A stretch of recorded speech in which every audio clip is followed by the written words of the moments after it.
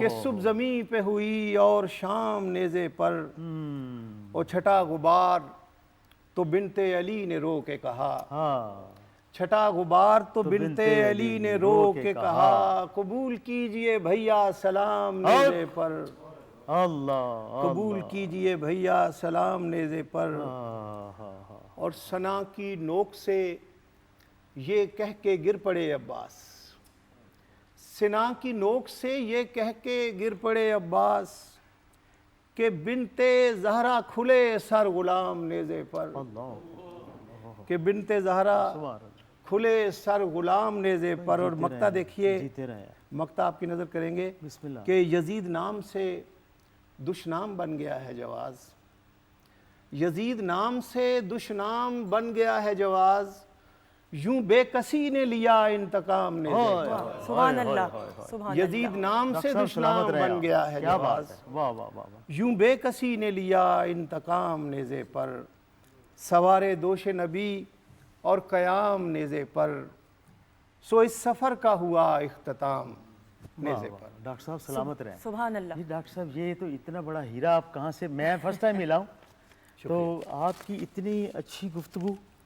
اور کلام، یہ اب آپ مجھے دے دیں، آپ اس کے پاس، آپ کے پاس کوئی اور کاپی ہے؟ ارے یہ مجھے دے دیں۔ یہ تو سر، یہ تو سب بہت شکریہ، بہت شکریہ اس تحفے کا، آپ کی تشریف آوری کا بہت بہت شکریہ، تھینک کیا یو سو بات ہے، مچ سلامت رہیں۔ سر۔ اوور ٹو یو، میں درود اہل بیت پیش کر رہا ہوں۔ پلیز، بسم اللہ۔ اللہم صلی علی سیدنا و مولانا محمد، اللہم صلی علی سیدنا و مولانا محمد وعلی سیدنا علی و سیدتنا فاطمہ وسیدتنا زینب وسیدنا حسن وسیدنا حسین وعلی آلہ وصحبہ وبارک وسلم۔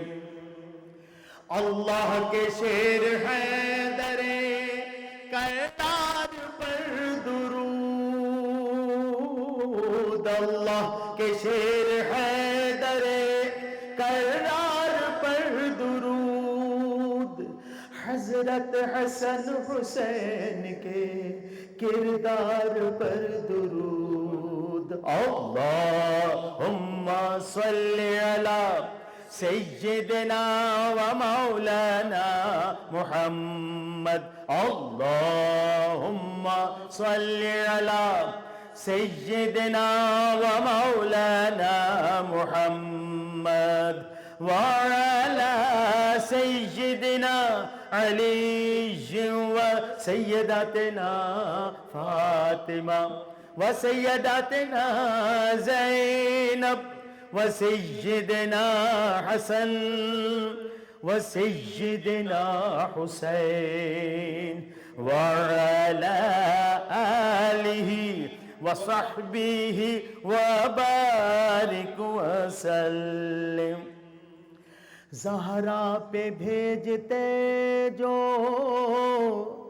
زہرا پہ بھیجتے جو درود و سلام ہے، زہرا پہ بھیجتے جو درود و سلام ہے، سچے غلام مصطفیٰ ہے، نیک نام ہے۔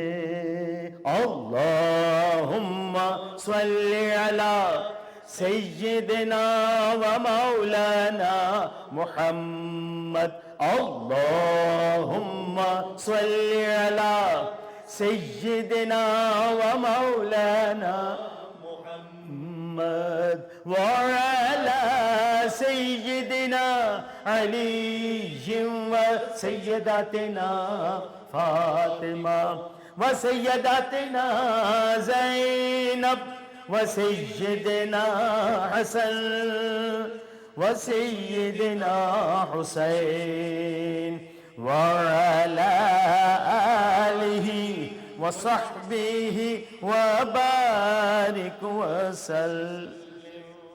زینب کی بارگاہ میں، زینب کی بارگاہ میں سلام نیاز ہے. زینب کی بارگاہ میں سلام نیاز ہے. جو مرتضیٰ کی لاڈلی زہرا کا ناز ہے. اللہم صلی علی سیدنا و مولانا محمد.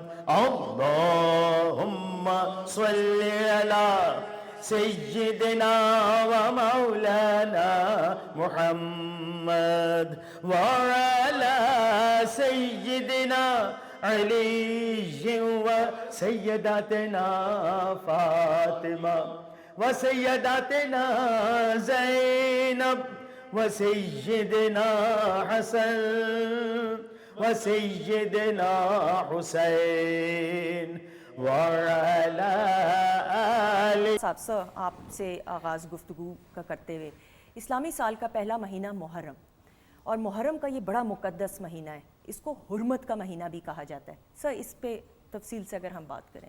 بسم اللہ الرحمن الرحیم. محرم الحرام اسلامی سال کا پہلا مہینہ ہے. اسلامی سال کا اختتام ذی الحج کے مہینے پر ہوتا ہے. ذی الحج کا مہینہ بھی ایک بہت بڑی قربانی کی یاد دہانی کراتا ہے، اور محرم جو اسلامی سال کا پہلا مہینہ ہے وہ بھی ایک بڑے مقصد کے لیے بڑی قربانی کی طرف ہمارے ذہنوں کو متوجہ کرتا ہے. مگر ان دونوں قربانیوں میں فرق یہ ہے کہ حضرت اسماعیل ذبیح اللہ قرار پائے بغیر ذبح ہوئے، اور اللہ تعالیٰ نے ان کی جگہ جنت کے مینڈھے کو قربان کر کے ان کو ذبیح اللہ کا لقب ہمیشہ کے لیے عطا فرمایا، اور فرمایا وَفَدَيْنَاهُ بِذِبْحٍ عَظِيمٍ کہ ہم نے اسماعیل کو ذبح ہوئے بغیر جنت کے مینڈھے کی قربانی دے کر اس لیے ذبیح اللہ قرار دے دیا کہ میرا اسماعیل پورے ارادے کے ساتھ زمین پر ذبح ہونے کے لیے لیٹ گیا تھا، اور اس نے اپنے والد سے کہا تھا افعل ما تؤمر ستجدنی انشاءاللہ من الصابرین. اے میرے ابا، جو حکم ملا ہے وہ خواب میں ملا ہے، پھر بھی آپ کر گزریے، اس لیے کہ نبی کا خواب بھی وہی ہوتا ہے. اب دوسری طرف آئیے کہ حضرت امام حسین علیہ السلام اس مہینے میں آپ کی شہادت ہے. یہ جو قربانی ہے یہ وہ قربانی ہے کہ تاریخ انسانیت میں اس سے بڑی باہمت اور باعظمت قربانی ہمیں نظر نہیں آتی. سیدنا امام حسین علیہ السلام نے صرف اپنی قربانی نہیں دی، بلکہ آپ نے اپنے بیٹوں کی، اپنے معصوم بچوں کی، اپنے جانثاروں کی، اور 72 تن آپ نے کربلا میں قربان کیے. آپ نے حرمت کی بات کی. جی، بڑے حیرت کی بات ہے کہ حرمت کا مہینہ وہ مہینہ ہے کہ جس میں اگر لڑائی اس سے پہلے جاری بھی ہو تو اسلام سے پہلے بھی جو سرداران مکہ تھے، عرب کے رہنے والے تھے، مشرکین تھے، وہ جنگ بند کر دیا کرتے تھے کہ ہم کسی انسان کی گردن نہیں کاٹیں گے، کسی کا بازو نہیں کاٹیں گے، کسی کا ہاتھ نہیں کاٹیں گے. اس لیے نہیں کاٹیں گے، یہ حرمت والا مہینہ ہے. صحیح. اور افسوس بالائے افسوس کہ اسی محرم کے مہینے میں ان لوگوں نے کہ جو مسلمان بھی کہلاتے تھے، کلمہ گو بھی تھے، داڑھیاں بھی تھیں، دستاریں بھی تھیں، اور مسجد و منبر کے وارث بھی کہلاتے تھے، اور قرآن کی اس آیت کا وہ 1000 دفعہ پڑھ چکے ہوں گے کہ محرم حرمت والا مہینہ ہے. اس میں انہوں نے اس شخصیت کو بھوکا اور پیاسا رکھ کے شہید کر دیا کہ جس کے بارے میں میرے آقا صلی اللہ علیہ وسلم فرماتے ہیں کہ جب حسین میرے کندھے پر بیٹھے، میرے پشت پر بیٹھے، تو رب نے کہا کہ پیارے اپنے سجدے کو لمبا کر، اس لیے کہ کہیں تو سر سجدے سے اٹھائے اور میرا حسین گرے اور اسے چوٹ نہ لگے. جس کو اللہ اور اس کے رسول چوٹ لگنا برداشت نہ کریں، ان کو بھوکا پیاسا رکھ کے شہید کر دیا گیا. ویسے تو محرم کی بڑی یادیں ہیں. اس کے بارے میں ہمارے ہاں اہل سنت کے ہاں کہ حضرت نوح علیہ السلام، حضرت آدم علیہ السلام کی توبہ بھی اسی دن قبول ہوئی، حضرت نوح علیہ السلام کا سفینہ بھی اسی دن، حضرت ابراہیم پر نار نمرود ٹھنڈی ہوئی تو وہ بھی اسی دن. یہ سارے اور قوم بنی اسرائیل کو اگر نجات ملی فرعون کے ظلم سے تو وہ بھی اسی دن یہ ہے. لیکن میں یہ سمجھتا ہوں اللہ رب العالمین اس مہینے کو اس کے آغاز سے ہی عظمت کے پانی سے اس کی تربیت اس کی پرورش کر رہا تھا کہ اس تکمیل عظمت کا سیر حضرت امام حسین کے سر پر اللہ نے سجانا تھا. نبی پاک صلی اللہ علیہ وسلم جب مدینہ میں تشریف لائے تو آپ کو صحابہ نے کہا یا رسول اللہ کہ یہاں پر اہل کتاب عاشورہ کا روزہ رکھتے ہیں. فرمایا کیوں روزہ رکھتے ہیں؟ فرمایا اس خوشی میں کہ اللہ نے انہیں فرعون کی غلامی سے اور تشدد سے جبر سے نجات دی تھی. تو میرے آقا نے فرمایا وہ ایک روزہ رکھتے ہیں، ہم 2 روزے رکھیں گے. اس لیے 2 روزے رکھیں گے کہ ہم موسیٰ کے ان کی نسبت زیادہ قریب ہیں، مطلب فکر کے زیادہ قریب ہیں، اعتقاد کے زیادہ قریب ہیں، اعمال کے زیادہ قریب ہیں، فقہ کے زیادہ قریب ہیں. اس لیے کہ حضرت موسیٰ علیہ السلام کے بارے میں اور نبی پاک صلی اللہ علیہ وسلم کے بارے میں قرآن میں ہے انا ارسلنا الی فرعون کما ارسلنا الی فرعون رسولا کما ارسلنا الی فرعون رسولا انا ارسلنا الیکم رسولا کما ارسلنا الی فرعون رسولا، کہ ہم نے اے پیارے نبی صلی اللہ علیہ وسلم ان لوگوں کی طرف آپ کو مبعوث کیا جیسا کہ موسیٰ علیہ السلام کو فرعون کی طرف ہم نے مبعوث کیا تھا. اور قرآن میں بے شمار مشابہتیں نبی پاک صلی اللہ علیہ وسلم اور موسیٰ علیہ السلام کے درمیان میں ہے. اس لیے نبی پاک صلی اللہ علیہ وسلم 2 روزے رکھتے تھے. لیکن میں یہاں پر ایک بات عشق والوں کے لیے کرنا چاہتا ہوں، وہ یہ کہ محرم کی پہلی پہچان ان حوالوں سے تھی، لیکن اب رہتی دنیا تک اس محرم کی پہچان قربانی حسین کے ساتھ منسوب ہو گئی. اس کے ساتھ ایک اور جملہ میں آپ کے نظر کرنا چاہتا ہوں، وہ یہ کہ دین کی پہچان اس قربانی سے پہلے نسبت مصطفیٰ سے ہوتی تھی، اور اس شہادت حسین کے بعد اب دین مصطفیٰ کی پہچان قربانی حسین سے ہوتی ہے. واہ واہ. آپ اب شفاعت صاحب نے بڑی خوبصورت انداز سے اور عمدگی کے ساتھ بیان کیا. حضرت محمد صلی اللہ علیہ وآلہ وسلم سرکار 2 عالم، 2 جہانوں کے بادشاہ، جو تعلق تھا، جو پیار تھا، جو عزت تھی، جو ایک خوبصورت رشتہ تھا اپنے نواسوں کے ساتھ، اس کے بارے میں ضرور چاہوں گی کہ ہم جانیں، کیونکہ اس کا ذکر تو کیا. پھر میں شفاعت صاحب کی طرف بھی اس حوالے سے بڑھوں گی. جی آپا. دیکھیے یہ جو امام حسین علیہ السلام یا امام حسن علیہ السلام اور پیغمبر علیہ السلام کے درمیان جو رشتہ ہے وہ صرف نواسوں کا نانا کے ساتھ رشتہ نہیں ہے، بلکہ ایک بہت بڑے مشن کی طرف ایک خاندان کا، ایک نسل کا اس طرف موو کرنا ہے. دیکھیے پیغمبر علیہ السلام جناب اسماعیل کی نسل سے ہیں اور باقی سارے انبیاء جو ہیں اولاد اسحاق ہیں، اور پیغمبر علیہ السلام جو ہیں جناب اسماعیل کی نسل سے ایک واحد پیغمبر ہیں. اب ابھی شفاعت رسول صاحب نے جو سورہ وصفات کی آیات کا حوالہ دیا تو وَفَدَيْنَاهُ بِذِبْحٍ عَظِيمٍ وَتَرَكْنَا عَلَيْهِ فِي الْآخِرِينَ سَلَامٌ عَلَىٰ ابراہیم.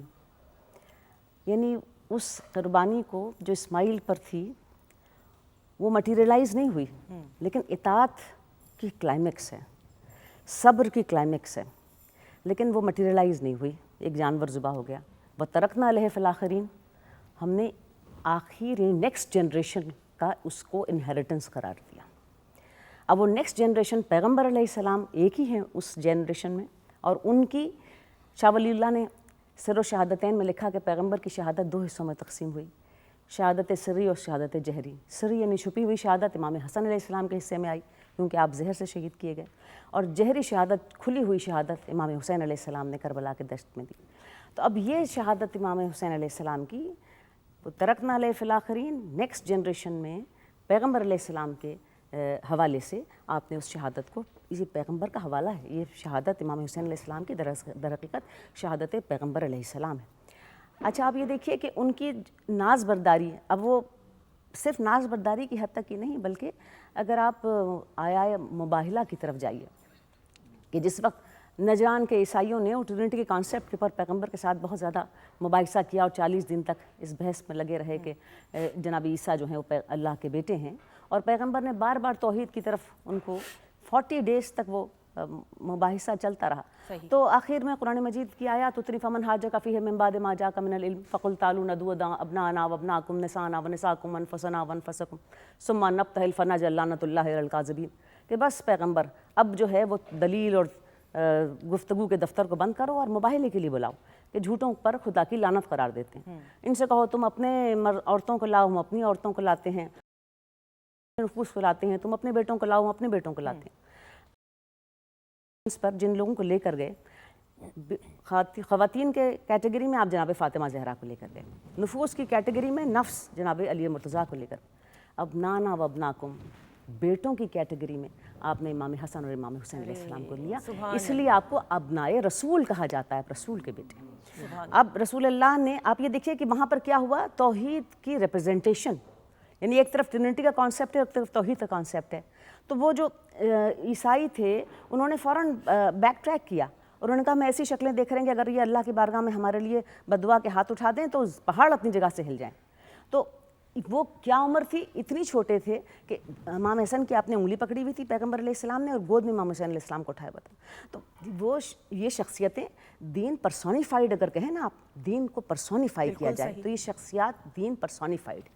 اب پھر پیغمبر علیہ السلام نے ان کی جس طرح ناز برداری کرنی شروع کی, تو پیغمبر نواسوں کی ناز برداری نہیں کر رہے تھے, پیغمبر ذبح عظیم کی ناز برداری کر رہے تھے. وَتَرَكْنَا عَلَيْهِ فِي الْآخِرِينَ, نیکسٹ جنریشن جو اس دین کے بگاڑ کو اس طرح سیدھا کرے گی کہ قیامت تک کے لیے دین جو ہے وہ انبیاء کے ورثے میں جائے گا, ملوکیت کے ورثے میں سے ہٹا دیا جائے گا قیامت تک کے لیے.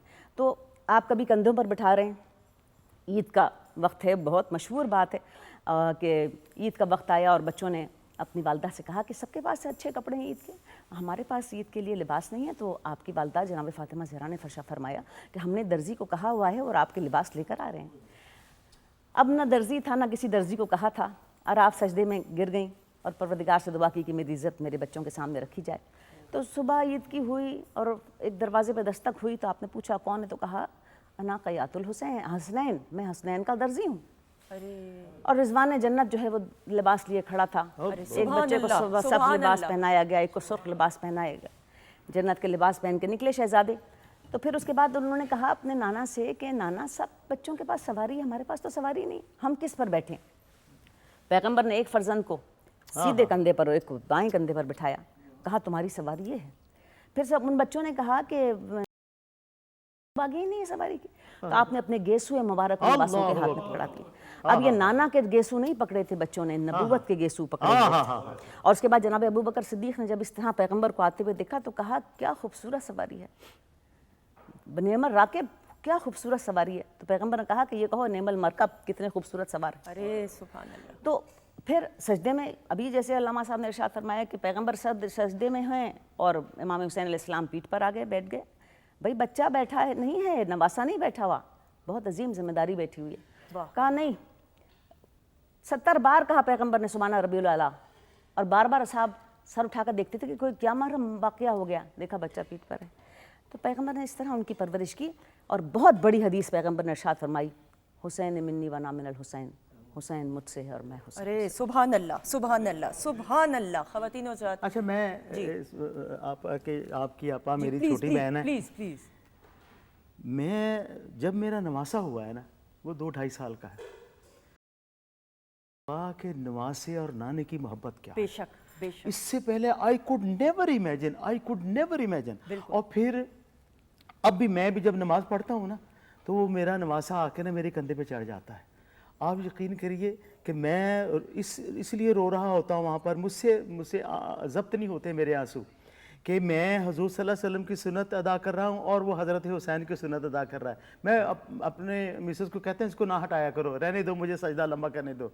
تو حضور صلی اللہ علیہ وسلم اتنی بڑی ہستی, جن کے نواسے اور جن کو یہ پتا تھا یہ شہید ہوں گے, ان کی محبت کا کوئی اندازہ ہے نہیں کر سکتا کوئی اندازہ. بالکل. خواتین و حضرات, اسی کے ساتھ ایک بریک کی طرف بڑھیں گے. بریک کے بعد واپس آئیں گے, آپ کے پیغامات اور مزید گفتگو.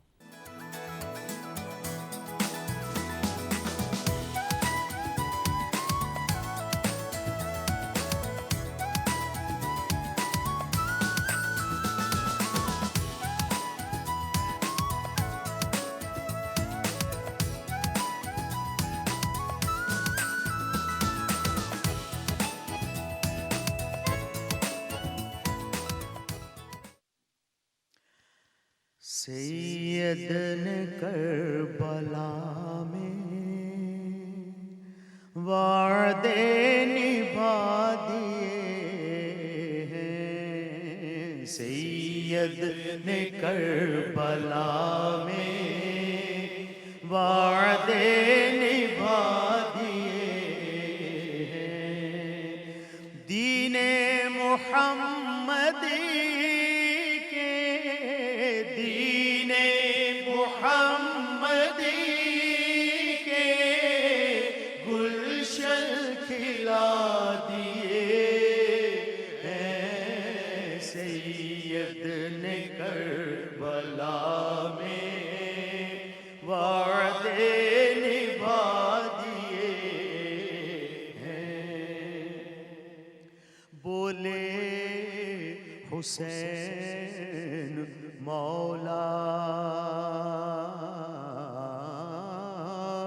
بولے حسین مولا تیری رضا کی خاطر ایک ایک کر کے میں نے ایک ایک کر کے میں نے ہیرے لٹا دیے ہیں سید نے کربلا میں وعدے نبھا دیے دین نبی پہ واری اکبر نے بھی جوانی دین نبی پہ واری اکبر نے بھی جوانی عباس نے بھی اپنے عباس نے بھی اپنے بازو کٹا دیے ہیں سید نے کربلا میں وعدے نبھا دیے ہیں زینب کے باغ میں بھی دو پھول تھے مہکتے زینب نے وہ بھی دونوں زینب نے وہ بھی دونوں راہ خدا دیے ہیں سید نے کربلا میں وعدے نبھا دیے ہیں زہرا کے ناز پالے زہرا کے ناز پالے پھولوں پہ سونے والے کربل کی خاک میں وہ کربل کی خاک میں وہ ہائے لٹا دیے ہیں سید نے کربلا میں وعدے نبھا دیے ایک بچ گیا تھا غنچہ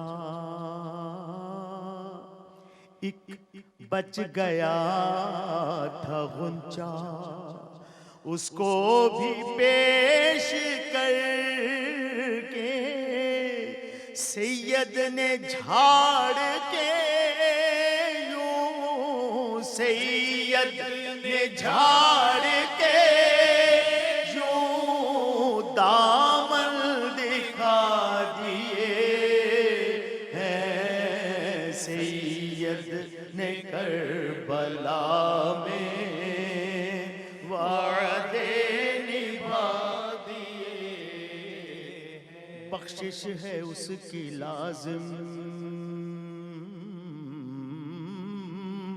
بخشش ہے اس کی لازم سید کے غم میں حافظ دو چار آنسو رو کر دو چار آنسو رو کر جس نے بہا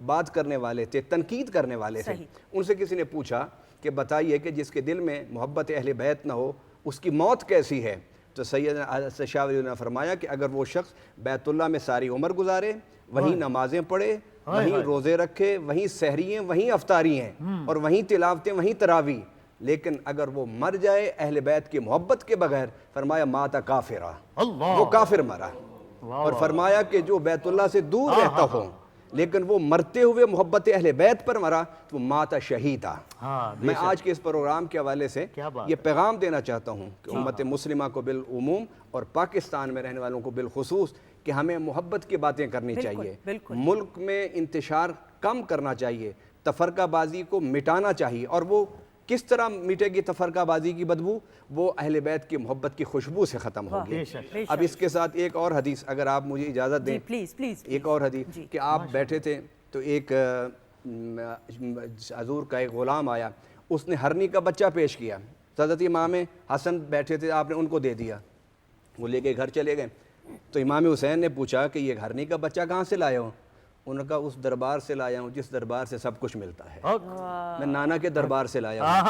اب وہ بھاگتے ہوئے آئے، انہوں نے کہا نانا جی مجھے بھی دیجئے. فرمایا حسن اور حسین تم دونوں مل کے کھیل لیا کرو. تو امام حسین علیہ السلام نے کہا نہیں، مجھے نانا جی الگ چاہیے بچہ. ابھی یہ باتیں ہو رہی تھیں، امام حسین کو حضور دیکھ رہے تھے کہ اس کو کس طرح راضی کروں. ان قریب تھا کہ امام حسین کی آنکھوں میں سے آنسو نکل آئیں. سامنے سے اس ہرنی کی ماں جو جس کا بچہ تھا، وہی ہرنی اپنے دوسرے بچے کو لے کر مسجد نبی کے دروازے پر پکارتی السلام علیکم یا رسول اللہ، یا رسول اللہ میں حاضر خدمت ہوں. تو دیکھا تو دوسرا بچہ اس کے ساتھ تھا اور اس نے حضور صلی اللہ علیہ وسلم کے قدموں میں رکھا. کہا کہ میں اپنی مامتا کو تڑپتا ہوا برداشت کر لوں گی، لیکن اللہ چاہتا ہے کہ تیرا ایک بیٹے کے نصیب، بچے کے نصیب یہ تھا کہ وہ حسن کی گود میں کھیلے گا اور دوسرا بیٹا تیرا حسین کی گود میں کھیلے گا.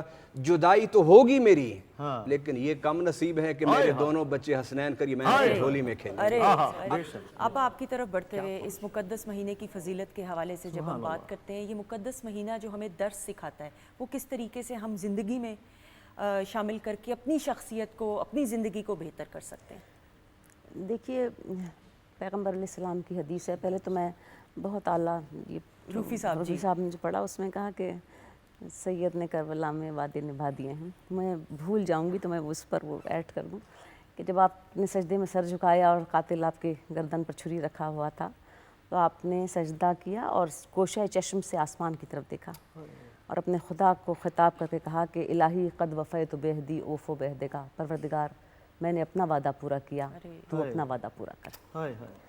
تو یہ وہ وعدے کی بات ہے. اور دیکھیے پیغمبر علیہ السلام کی حدیث ہے کہ ایمان کے مدارج ہیں.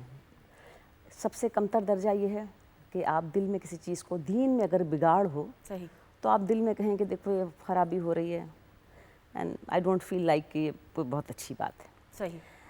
دوسرا درجہ یہ ہے کہ آپ کم از کم زبان سے اس کا احتجاج کریں اور کوئی نہ کوئی چیز رجسٹر کریں اپنی زبان سے اور اس دین کے بگاڑ کے خلاف اپنے احتجاج کو رجسٹر کریں. اعلیٰ ترین درجہ یہ ہے کہ آپ طاقت کے استعمال سے، زور سے، آپ کی پوری کیپیسٹی کو صرف کر کے آپ اس دین کے بگاڑ کو روکیں. تو محرم وہ مہینہ ہے جس میں پیغمبر علیہ السلام کے بیٹے نے، نواسہ رسول نے، امام حسین علیہ السلام نے ایمان کے اس ہائیسٹ پیڈیسٹل پر کھڑے ہو کر دین میں پیدا ہونے والی بگاڑ کو اپنی پوری طاقت سے روک دیا.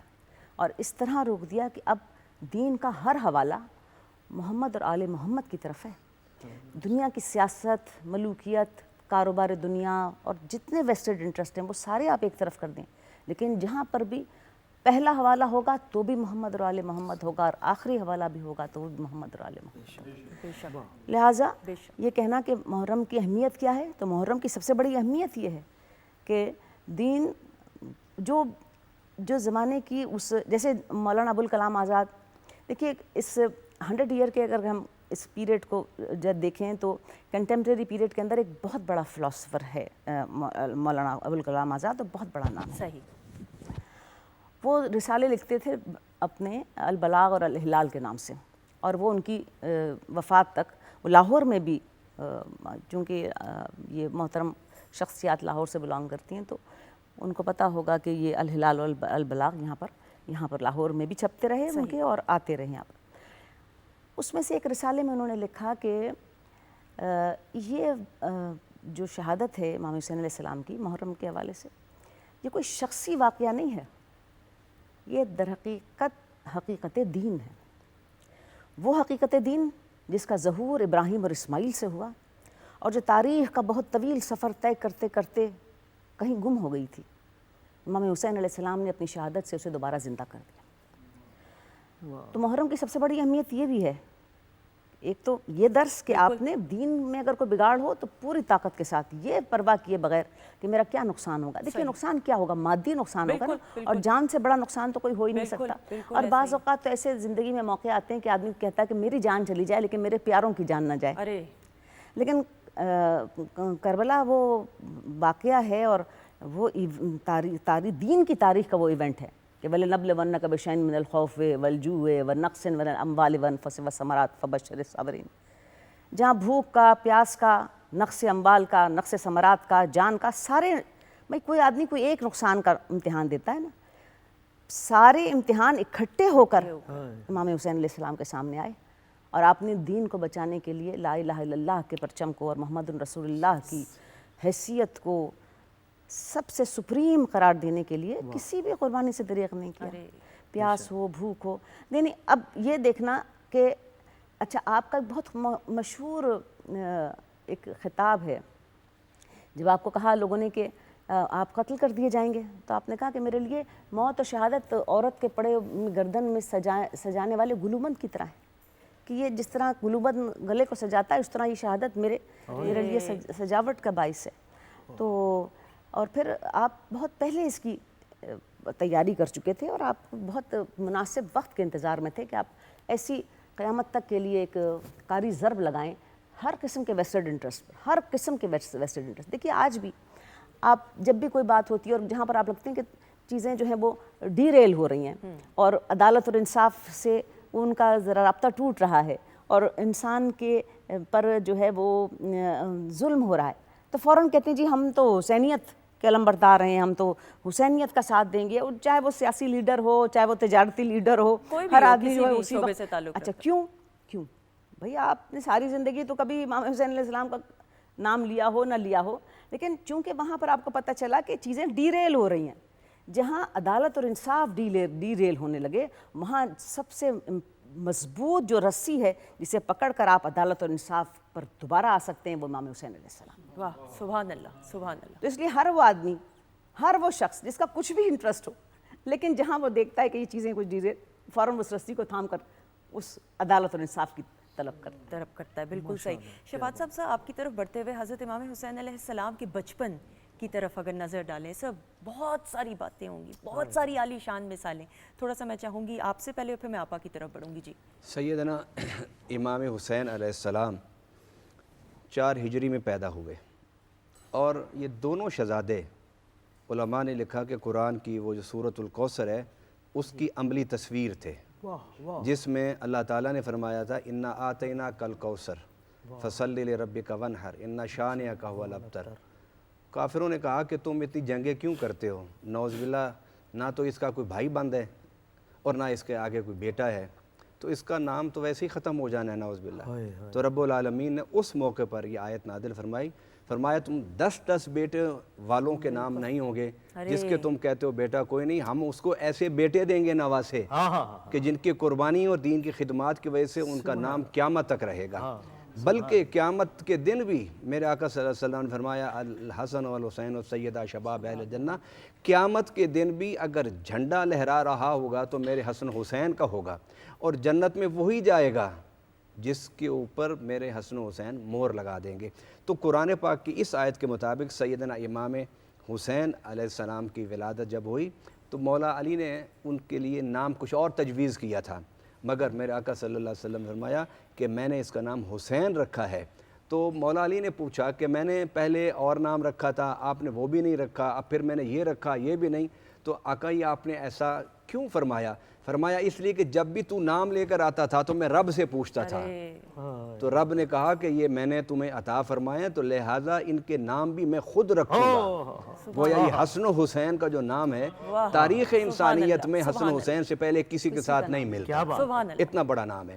جب پیدا ہوئے تو حضرت سیدہ کائنات بچے کو لے کر رسول اللہ صلی اللہ علیہ وسلم کی خدمت میں آئی تو رسول اللہ صلی اللہ علیہ وسلم نے اپنی گود میں، کتنے خوش قسمت ہیں حسین اور امام حسن کہ رسول اللہ صلی اللہ علیہ وسلم نے ان کو اپنی گود میں بٹھایا، اپنی گود میں اٹھایا اور گھٹی خود میرے آقا صلی اللہ علیہ وسلم نے کھجور کو پہلے چبایا اور چبا کے پھر حضرت امام حسین کو عطا فرمائی. اب بتائیے کہ جن کی بچپن میں پہلی نظر مصطفیٰ پر پڑتی ہو اور جن پر پہلی نظر مصطفیٰ کی ہو، ان کی گھٹی دنیا میں پہلا کھانا پہلا پینا مصطفیٰ کا لعاب ہو، ان بچوں کا مقابلہ کون کر سکتا ہے؟ اور یہاں پر میں ایک حدیث ضرور سنانا چاہتا ہوں کہ سیدنا عمر فاروق رضی اللہ تعالیٰ عنہ نے ایک مال غنیمت جب تقسیم کیا تو اپنے بیٹے کو 500 درہم دیے اور حسن و حسین کریمین کو 1000 دیے.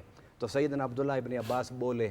اچھا میں کہتا ہوں عباس سیدنا عبداللہ ابن عمر بولے نہیں بلکہ رب نے کہا بول اس جگہ اچھا تاکہ کچھ مسئلے کی وضاحت ہو جائے قیامت تک کے لیے.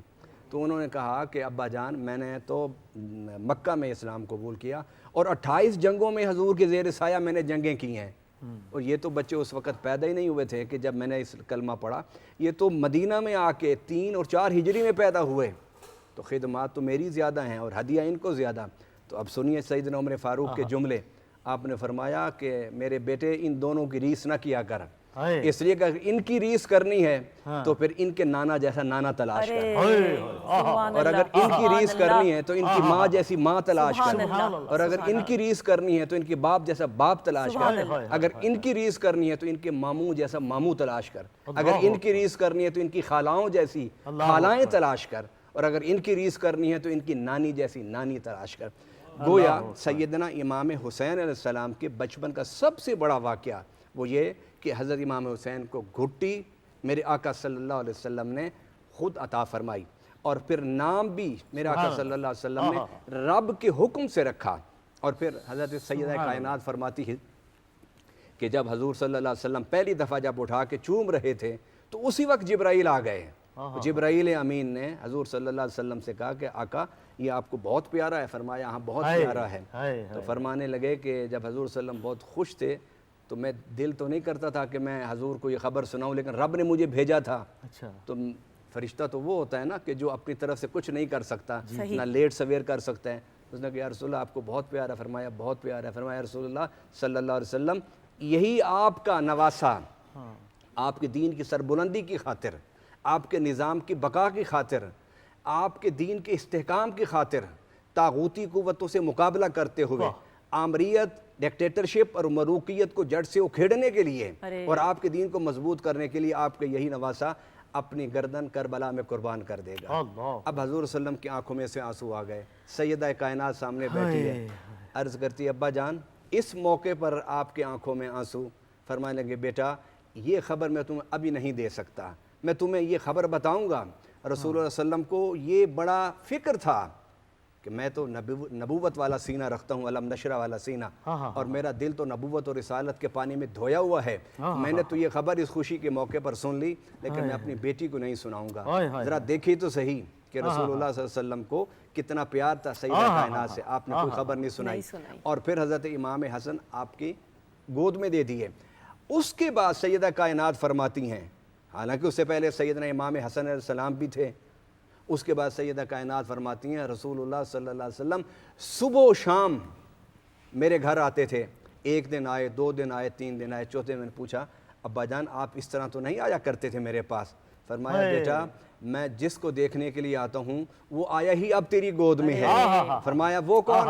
فرمایا تیرا بیٹا حسین. اب یہ بچپن کی بات ہے، بچپن کی بات ہے. اسی طریقے سے سیدنا امام حسین علیہ السلام کا واقعہ بچپن کے حوالے سے کہ حضور صلی اللہ علیہ وسلم مسجد نبوی میں تشریف فرما تھے، بلکہ ایک حدیث میں آتا ہے کہ جمعے کا دن تھا، آپ خطبہ ارشاد فرما رہے تھے تو سامنے سے دونوں شہزادے سفید کپڑے پہنے ہوئے، آنکھوں میں سرما لگایا ہوا اور زلفیں منی سر پر کنگا پھیرا ہوا، سیدہ ان کو نہلا کے دھلا کے تیار کر کے، ساتھ ہی آپ کا گھر تھا.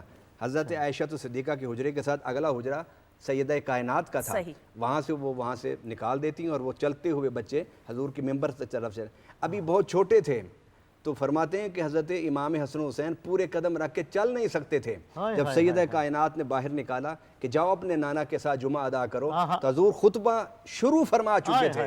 حضور صلی اللہ علیہ وسلم نے اب ان کو دیکھا تو خطبہ موقوف کر دیا اور خطبہ چھوڑ کے آپ آگے بڑھے، اور صحابہ نے دیکھا کہ دونوں شہزادوں کو حضور اکیلے کیسے اٹھائیں گے، صحابہ نے ہاتھ آگے بڑھائے، فرمایا نہیں چھوڑ دو، آپ نے خود اٹھا کے ایک کو ایک کندھے پر دوسرے کندھے پر اٹھا کے ممبر پر آئے، پھر ممبر پر بیٹھ کے حضور صلی اللہ علیہ وسلم نے انہیں اپنے دونوں رانوں پر بٹھایا اور دونوں رانوں پر بٹھا کے حضور صلی اللہ علیہ وسلم نے پھر خطبہ ارشاد فرمایا۔ اور وہ حدیث جو ابھی ہم نے پہلے بھی بیان کی، اس میں ایک بڑا نفیس نقطہ ہے کہ جب حضور صلی اللہ علیہ وسلم کے کندھوں پر سیدنا امام حسین بیٹھے ہوئے تھے تو محدثین لکھتے ہیں کہ حضور صلی اللہ علیہ وسلم بار بار دیکھتے تھے کہ حسین میرے کندھے سے اترا یا نہیں اترا۔ اب آپ دیکھیے نماز میں رسول اللہ کی توجہ حسین کی طرف ہے، اور حضور اس مسئلے کی وضاحت فرما گئے کہ تم یہ نہ سوچتے رہنا کہ نماز میں محمد اور آل محمد کے تصور سے نماز کہ مسئلہ تو خراب تو نہیں ہوتا، اس مسئلے پر نہ کہنا نہ سوچنا، اس لیے کہ تمہیں نہیں پتا کہ جب تک محمد اور آل محمد پر تم درود نہ پڑھ لو تمہاری نماز قبول نہیں ہوتی، تو جب نام آئے گا محمد کا اور آل محمد صلی اللہ علیہ وسلم کا تو کیا پھر ان کا تصور اور خیال نہیں آئے گا، بلکہ رب نے ہمیں سمجھا دیا کہ میری عبادت قبولیت کے زینے پر اس وقت چڑھتی ہے جب اس زینے پر کھڑا ہو کے کوئی ان پر درود و سلام پڑھتا ہے۔ سبحان اللہ، بہت خوب، سبحان اللہ۔ آپ کی طرف بڑھتے ہوئے بچپن کے واقعات۔ جناب ام سلمہ سے روایت ہے، اب وہ یہ تھوڑی وہ اسی چیز کی کنٹینیوشن ہے لیکن ہے تھوڑی دردناک سی بات کہ امام حسین علیہ السلام پیغمبر علیہ السلام کے پاس آئے تو پیغمبر علیہ السلام آرام فرما رہے تھے، تو جناب ام سلمہ آپ کے حجرے کے دروازے کے باہر بیٹھی تھیں، تو آپ نے بچے کو روکنا چاہا کہ آپ کے نانا آرام فرما رہے ہیں، تو بچہ مچل گیا، اس کے مچلنے کی آواز بلند ہوئی تو پیغمبر نے اندر سے آواز دی کہ ام سلمہ حسین کو آنے دو۔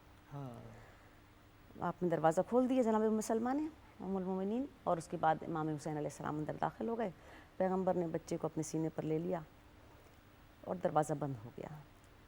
جناب ام سلمہ باہر بیٹھی رہیں، تھوڑی دیر بعد انہیں احساس ہوا کہ پیغمبر ہچکیاں لے کر رو رہے ہیں، اللہ اکبر۔ تو وہ بےتاب ہوئیں اور دروازہ کھولا اور پوچھا کہ پیغمبر آپ اس طرح رو رہے ہیں، آپ کے رونے کی آواز، کوئی معاملہ، ایسا کیا واقعہ ہو؟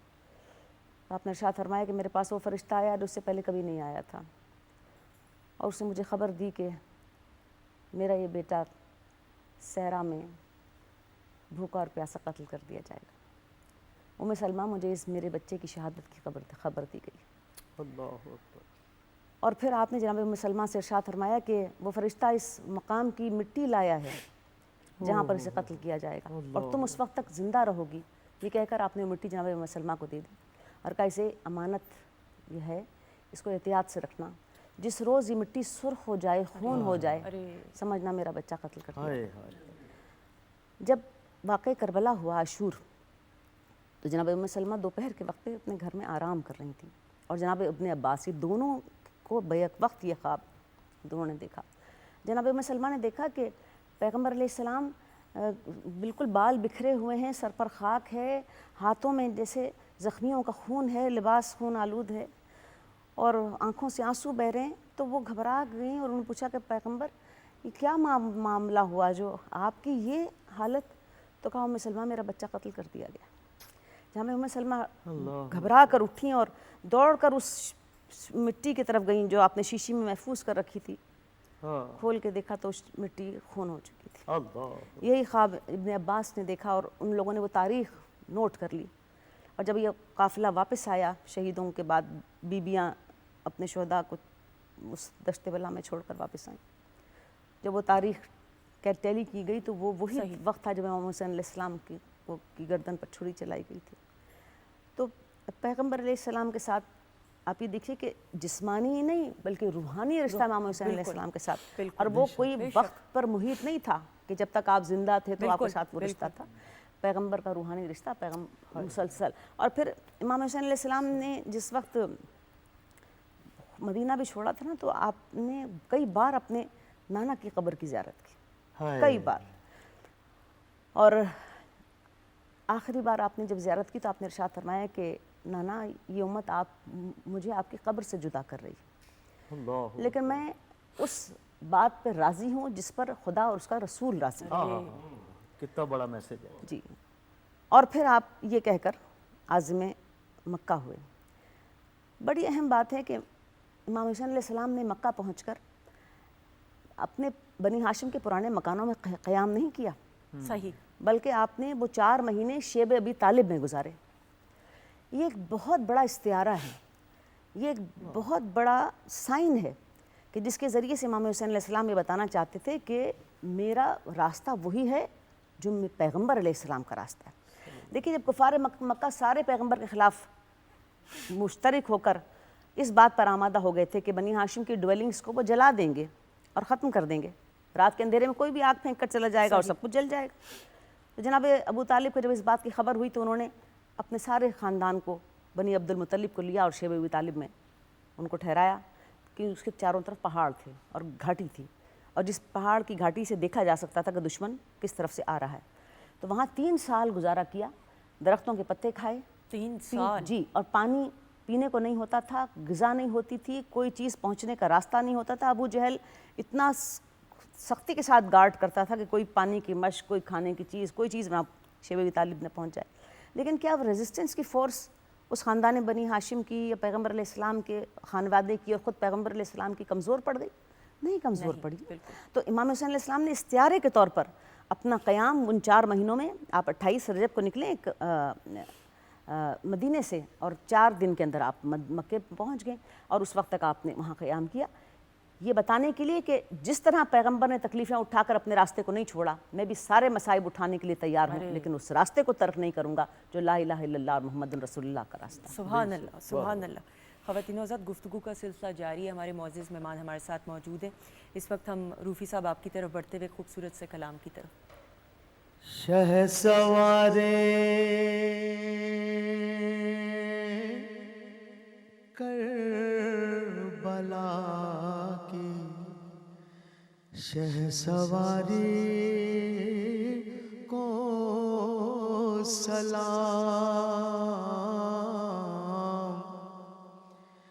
نیزے پہ قرآن پڑھنے والے قاری کو سلام، دل کے ٹکڑے کر کے رخصت آپ خیمے میں رہیں، حضرت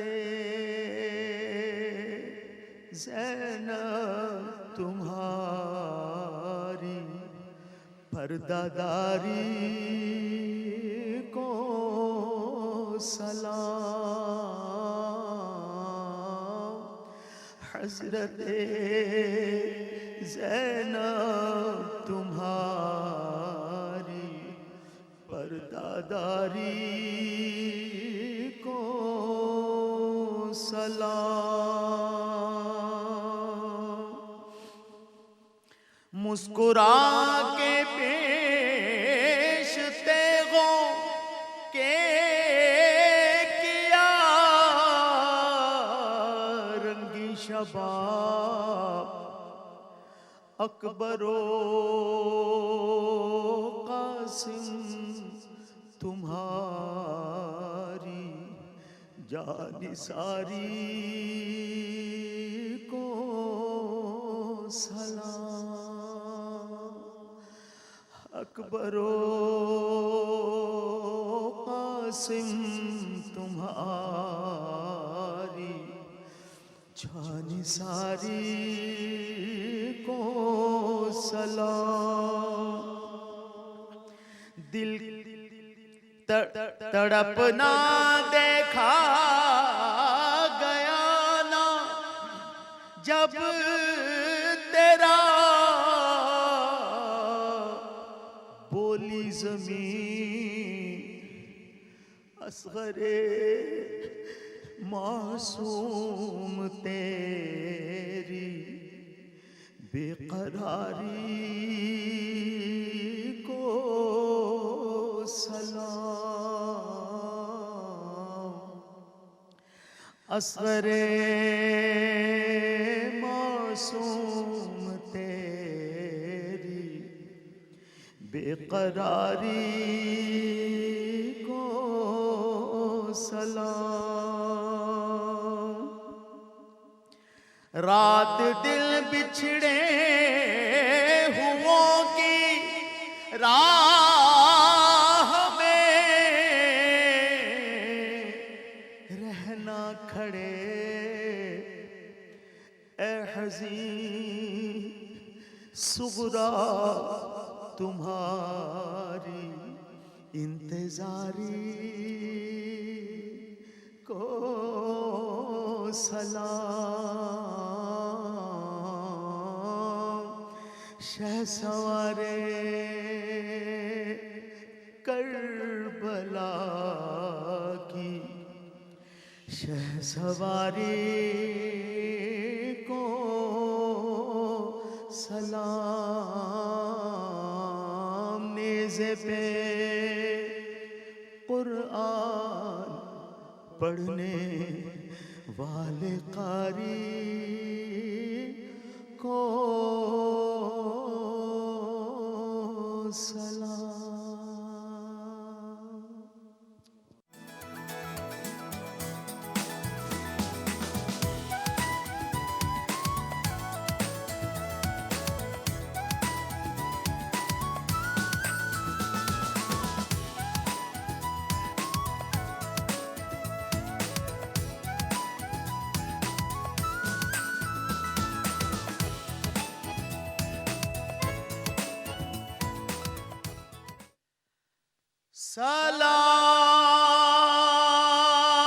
سلام یا حسین،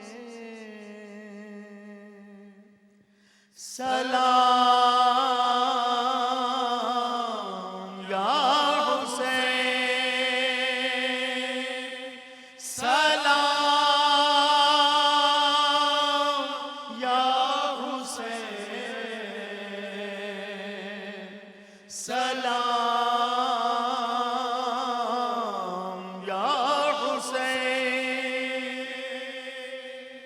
جس کو حیات تازہ خدا سے ہے مل گئی، جس کو حیات تازہ خدا سے ہے مل گئی، قرآن دے رہا ہے حوالہ حسین کا،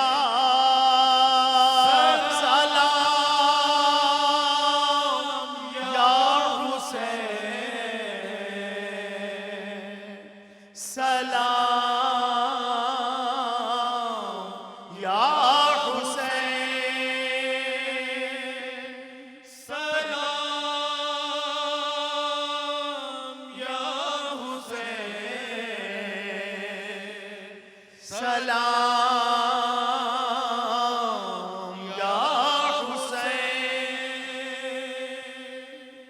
پھیلا ہوا ہے ہر سو اجالا حسین کا، پھیلا ہوا ہے ہر سو اجالا حسین کا، خود ہے خدا بھی چاہنے والا حسین کا، سلام یا حسین، سلام یا حسین، سلام یا حسین، سلام یا حسین، ساجد نبی کا چاند ہے زہرا کا پھول ہے، ساجد نبی کا چاند ہے، زہرا کا پھول ہے مرتبہ جہاں سے نرالا حسین کا، سلام یا حسین، سلام یا حسین، سلام یا حسین، سلام یا حسین۔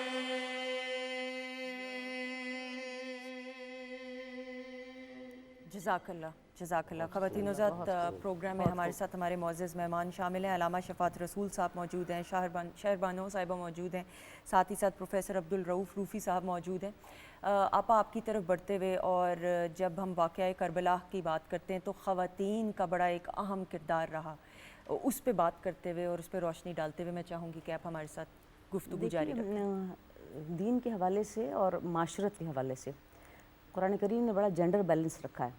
سورہ احزاب من المسلمین والمسلمات والمؤمنین والمؤمنات، طویل آیات ہیں، ہم گفتگو کو اختصار میں رکھتے ہوئے آیات کو، وہاں پر مرد، اس مسلمان مرد اور مسلمان عورت، مومن مرد مومن عورت، صدقہ اور خیرات کرنے والی مرد اور صدقہ اور خیرات کرنے والے عورت، احساس ذمہ داری رکھنے والے مرد اور احساس ذمہ داری رکھنے والی عورتیں، تو وہ ایک بڑا سارے معاملات میں، وہ دین ہو، معاشرت ہو، انسانیت کے سارے معاملات میں جینڈر بیلنس۔ صحیح۔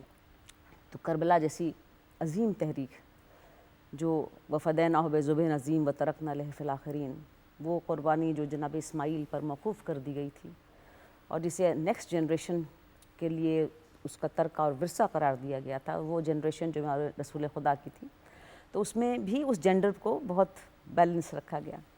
تو امام حسین علیہ السلام کے ساتھ آپ کی بہنیں گئیں کربلا، اور بہنوں کے ساتھ جانے سے پہلے آپ یہ دیکھیے کہ ہر معاملے میں جب آپ جتنا وہ پولیٹیکل ٹرموائل کا پیریڈ ہے، آپ بہت اپنی بہن جناب زینب سے مشورہ کرتے تھے۔ دونوں بہن بھائیوں میں صرف 1 سال کا فرق تھا۔ صحیح۔ یہاں تک کہ جب ولید نے آپ کو، گورنر نے آپ کو بلایا اور بیعت کے لیے اصرار کیا، تو آپ جو بھی وہاں پر آپ کے ساتھ معاملہ ہوا اور جس طرح آپ نے اس کا جواب دیا، وہ بھی تاریخ کا ایک بہت زبردست ایک حصہ ہے۔ لیکن واپس جب آپ گھر آئے تو آپ نے آ کے اپنی بہن کو، اچھا، اس تمام پیریڈ میں جتنی دیر آپ وہاں ولید کے دربار میں رہے، اتنی دیر جناب زینب دروازے پر کھڑی رہیں۔ صحیح۔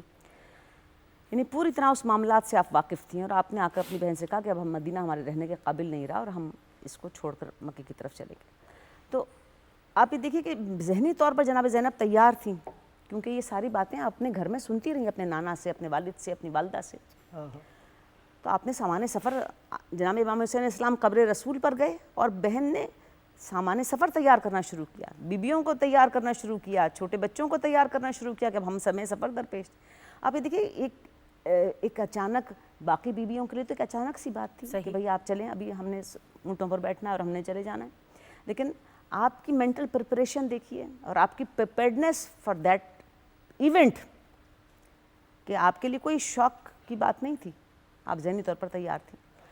پھر سفر کے ساتھ ساتھ جب آپ کربلا پہنچ گئیں اور آپ نے دیکھا کہ ہر روز کوئی نہ کوئی دستہ لڑائی کے لیے آ رہا ہے اور میدان بھر گیا ہے فوجوں سے، یزید کی، ابن زیاد کی طرف سے جو فوجیں آ رہی ہیں، بھرا جا رہا ہے، تو آپ کی نظر میدان پر بھی ہے۔ اور ایک دن آپ نے اپنے بھائی سے کہا، یہ 4 محرم کا واقعہ ہے، آپ نے کہا کہ بھائی ہم نہیں کسی کو بلا سکتے اپنی مدد کے لیے۔ آپ یہ دیکھیے کہ مینٹل الرٹنس جناب زینب کی، کہ آپ یہ نہیں کہہ رہے کہ بھائی ہم یہاں سے بھاگ نکلیں، ہم کیوں مصیبت میں پھنسیں، یا ہمارے ساتھ چھوٹے بچے ہیں، عورتیں ہیں، یہ مصیبت، یہ اتنی فوجیں جمع ہو گئیں، ہم کچھ نیگوسیٹ کریں اور چلے جائیں۔ نہیں، آپ کا ریزالو دیکھیں، آپ کا حوصلہ دیکھیں اور آپ کی ہمت دیکھیں، اور آپ کہہ رہی ہیں کہ ہم نہیں کسی کو بلا سکتے کہ ہماری مدد کے لیے آئے۔ تو امام حسین علیہ السلام نے ارشاد فرمایا کہ ہم کس کو بلائیں کہ ہمارے لیے، ہمارے ساتھ گردن کٹائیے، تو سر کٹانے کا کھیل ہے۔ پھر دونوں بہن بھائی سوچنے لگی، پھر کہا اچھا حبیب ابن مظاہر کو بلا لیتے ہیں۔ حبیب امام حسین علیہ السلام کے بچپن کے دوست تھے، اور پھر آپ نے وہاں حبیب کے نام خط لکھا اور اس کے بعد جناب حبیب نے مظاہر آئے. اچھا، جو کچھ لوگ اس وقت بھی کوفے کے اس یزید کے لشکر میں شامل ہو کر بھی صحیح. پہنچے تھے، صحیح. کوئی طریقہ تو ہو نا، اور وہاں سے لشکر کو چھوڑ کر اب محمد حسین اسلام کے قافلے میں شامل ہوئے. پھر جناب حور آئے، حبیب نے مظاہر آئے.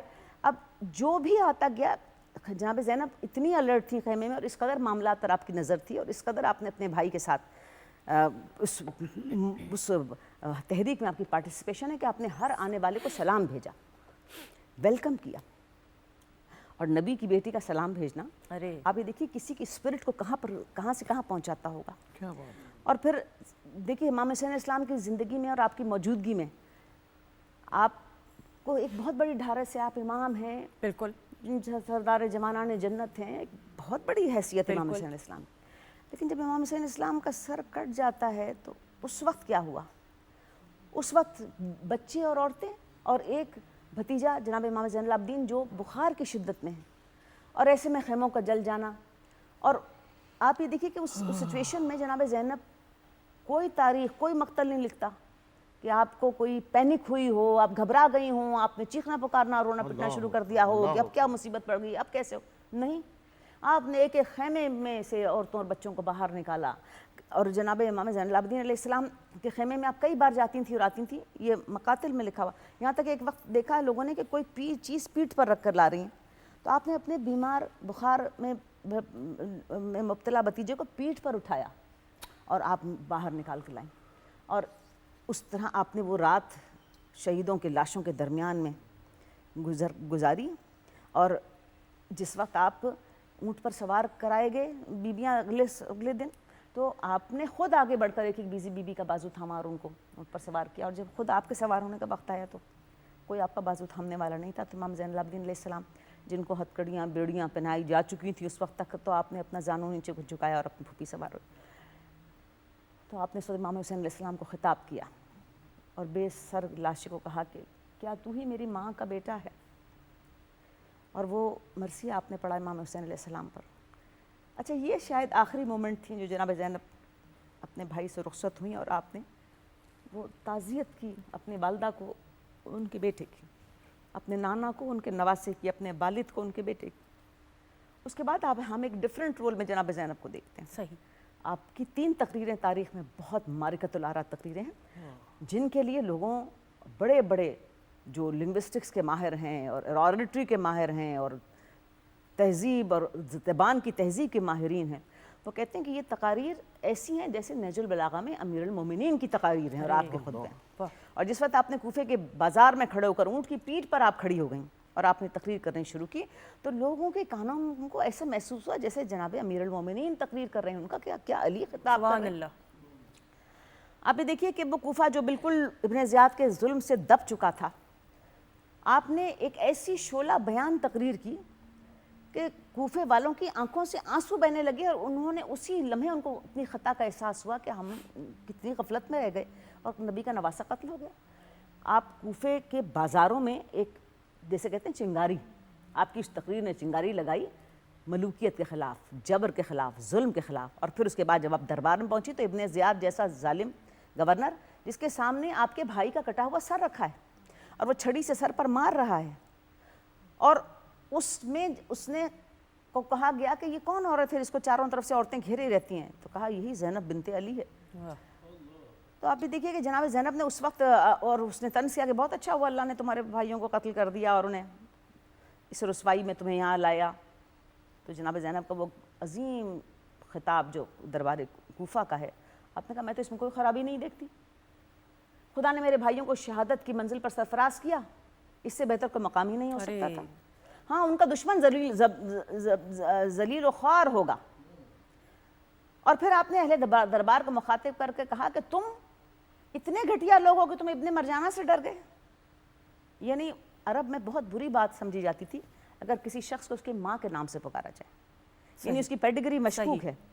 تو اس دربار میں جب کہ آپ ایک اس حالت میں لائی گئی تھیں کہ آپ کے سر پر چادر نہیں تھی، آپ نے اپنے بالوں سے اپنے چہرے کو چھپا رکھا تھا، آپ کی پیٹھ نیزوں کے چبانے سے زخمی تھی، آپ کے گھر کے 72 افراد شہید کیے جا چکے تھے، آپ کے ساتھ بچوں اور بیویوں کا یتیم بچے اور بچیاں اور بیویوں کا قافلہ تھا. ایسے میں آپ کی جرأت و شجاعت کو کس الفاظ سے خراج تحسین پیش کیا جا سکتا ہے کہ آپ نے اس ظالم گورنر کی پیڈگری کو چیلنج کیا اور اہل کوفہ کو ایک ولولہ دیا کہ تم اتنے گھٹیا ہو کہ تم ایک ایسے شخص سے ڈر گئے جس کی پیڈگری ہی مشکوک ہے. یہ تمہاری غیرت کا عالم ہے. آپ کوفے سے نکلی اور اس کے بعد آپ شام کے دربار میں, وہ تقریر آپ کی شام کے دربار میں جس میں آپ نے فتح مکہ کی تاریخ کو پلٹا دیا. آپ نے صاحب تخت کو, یزید کو, یزید کہہ کے خطاب نہیں کیا, حاکم کہہ کے خطاب نہیں کیا, آپ نے یبنت طلقہ کہہ کے خطاب کیا. یعنی وہ لوگ جن کو پیغمبر نے اس وقت ایک ایمنسٹی دی تھی فتح مکہ کے دن, تو ایمنسٹی حاصل کرنے والوں کے بیٹے, یہ وہ جرأت آمیز بات تھی. اور وہ تخت سے بیٹھ کر کہہ رہا تھا کہ بنی ہاشم نے ڈھونگ رچایا, نہ فرشتہ آیا, نہ کتاب آئی, نہ وحی آئی, یہ اقتدار کا کھیل تھا. اس وقت جناب زینب سلام اللہ علیہا نے چند جملوں میں آپ کا وہ بڑا طاقتور خطبہ ہے جس میں آپ نے فتح مکہ کی تاریخ دہرا کر اپنے مد مقابل کو اپنی حیثیت, قرآن کی منزلت, پیغمبر کا مقام اور توحید کی حقیقت جو سارے کائنات کا سائبان ہے, سبحان اللہ, اس پر آپ نے جو کہتا تھا سب کچھ جھوٹ ہے, آپ نے سب کی حقانیت پر جو تقریر آپ نے ارشاد فرمائی کہ اس کو بے چینی ہو گئی تخت میں بیٹھے کہ یہ عورت اتنا زبردست طریقے سے خطاب کر رہی ہے. تو جناب زینب سلام اللہ علیہا کا تو ایک ایسا رول ہے کہ جو اگر آپ نہ ہوتی ہیں تو کربلا کی تاریخ کو چھپایا جا چکا ہوتا. بالکل صحیح. آپ شریکۃ الحسین ہیں اور در حقیقت آپ نے شہادت کو زندہ کیا. بے شک بے شک, بہت بہت عمدگی کے ساتھ آپ کا خاص طور پہ شکریہ, یہ جس عمدگی کے ساتھ اور ذمہ داری کے ساتھ آپ نے بیان کیا. شفاعت صاحب, چونکہ وقت کم ہے لیکن مختصر ہے, لیکن باتیں تو بہت ساری.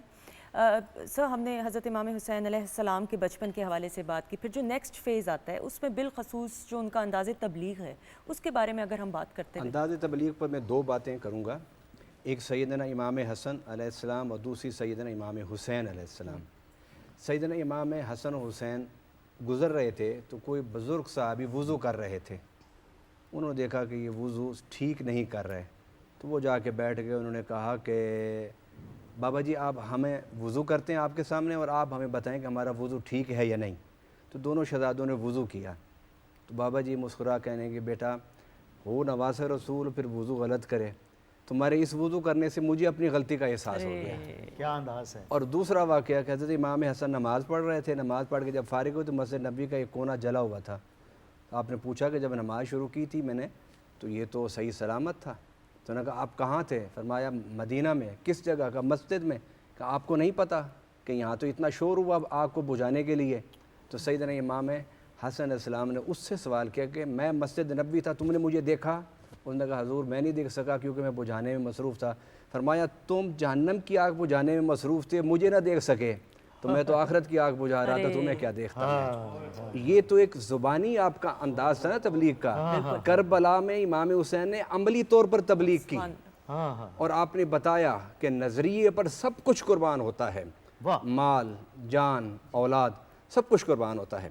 اور سیدہ زینب سلام اللہ علیہ کا دربار یزید میں وہ جو آپ کے خطبات کا ایک جملہ میں بھی حصہ ڈالنا چاہتا ہوں اس میں, کہ جب یزید نے پوچھا کہ یہ مرد کون ہے, سیدنا زین العابدین بیمار سجاد کی طرف اشارہ کر کے, تو انہوں نے فرمایا کہ انا ابن حسین, میں حسین کا بیٹا ہوں.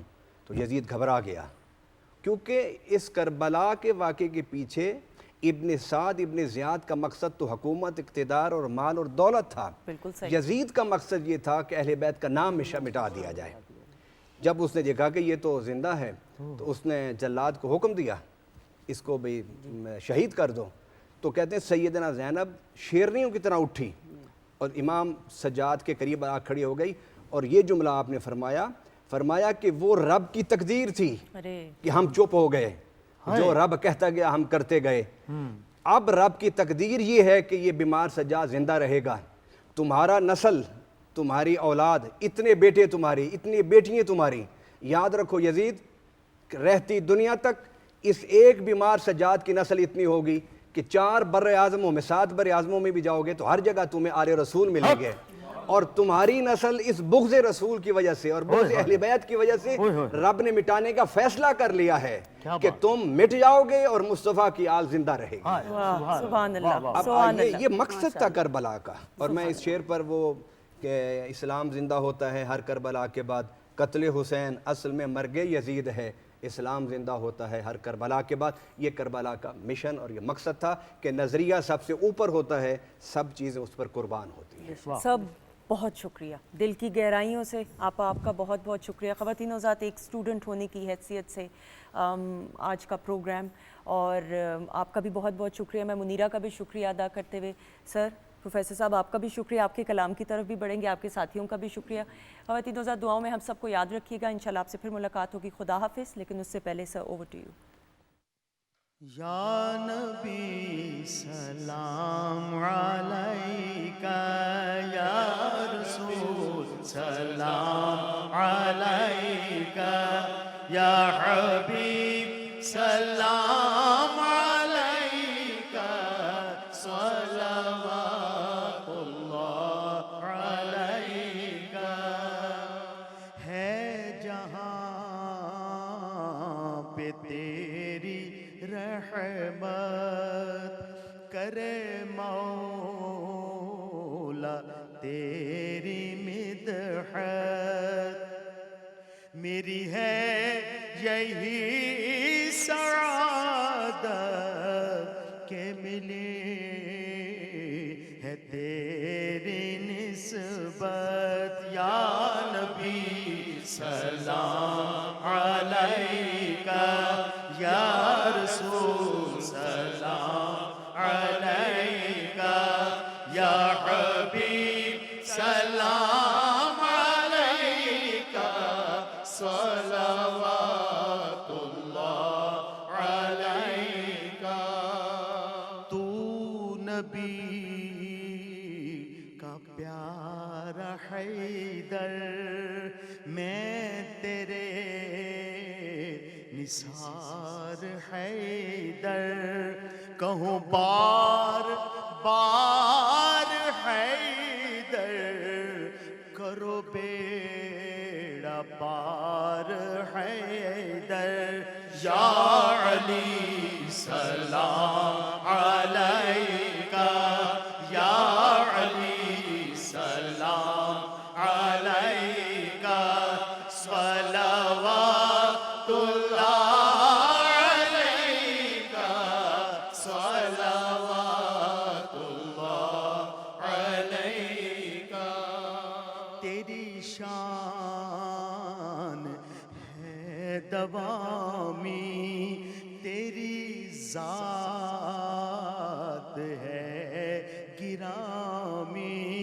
یا بطول ہو سلامی, ہو قبول یہ غلامی. یا بطول سلام علیکہ, یا بطول سلام علیکہ, صلوات اللہ علیکہ, صلوات اللہ علیکہ. یا حسن کریم و اکرم, تیری شان ہے معظم. کرو یاد تجھ کو ہر دم, نہیں کوئی اور ہمدم. یا حسن سلام علیکہ, یا حسن سلام علیکہ, صلوات اللہ علیکہ, صلوات اللہ علیکہ. یا حسین میرے مولا, تو نبی کا ہے نواسا. یہ جہان غلام تیرا, لو سلام اے آقا حسین سلام علیکہ یا حسین سلام علیکہ صلوات